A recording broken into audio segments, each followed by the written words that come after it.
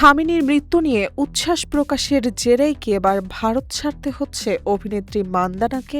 দীর্ঘ ১৩ বৎসর ভারতে কাটানোর পর বিমানবন্দর থেকে দেওয়া এক আবেগঘন ভিডিও বার্তায় তিনি জানান, বিদায় বলার সময় এসে গেছে। আর এই ঘোষণার পর থেকেই ভক্তদের মধ্যে শুরু হয়েছে ব্যাপক জল্পনা কল্পনা। ইনস্টাগ্রামে ভক্তদের সঙ্গে কথা বলতে গিয়ে মান্দানা জানান, ভারত তার কাছে শুধু কাজের জায়গা নয়, বরং দ্বিতীয় বাড়ির মতো। এখানেই তিনি নিজের পরিচিতি, আত্মবিশ্বাস এবং ক্যারিয়ার গড়ে তুলেছেন। তাই ভারত ছাড়ার সিদ্ধান্ত তার জন্য সহজ নয়। সম্প্রতি ইরানের সর্বোচ্চ ধর্মীয় নেতা আয়াতুল্লাহ আলী খামেনির মৃত্যু ঘিরে সামাজিক যোগাযোগ মাধ্যমে করা এক মন্তব্যের কারণে তীব্র বিতর্কে জড়ান মান্দানা। সেই ঘটনার পর থেকেই নানা চাপ ও সমালোচনার মুখে ছিলেন অভিনেত্রী।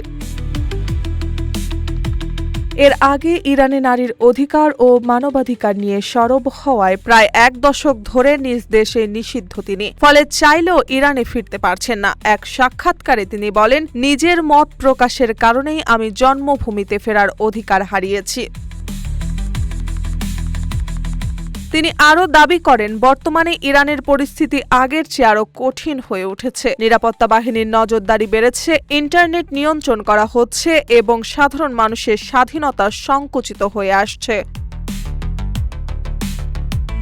তবে ভারতকে পুরোপুরি ভুলে যাচ্ছেন না মান্দানা করিমি। অভিনেত্রীর ভাষায়, ভারত আমার জীবনের একটি বড় অংশ হয়ে থাকবে। ১৯৮৮ সালে তেহরানে জন্ম নেওয়া মান্দানা ২০১৩ সালে ইরান ছেড়ে ভারতে আসেন। এরপর বিগ বস ৯ অংশ নেওয়ার মাধ্যমে ভারত জুড়ে পরিচিতি পান মান্দানা করিমি। এরপর রয় ভাগজনি ও কেয়া কুল হায় হাম এর মতো সিনেমায় অভিনয় করেন। যদিও সম্প্রতি বছরগুলোতে অভিনয়ের চেয়ে সামাজিক আন্দোলন, ডিজাইন ও স্টাইলিংয়ে বেশি সক্রিয় ছিলেন তিনি। নিউজ ডেস্ক, রূপালী বাংলাদেশ।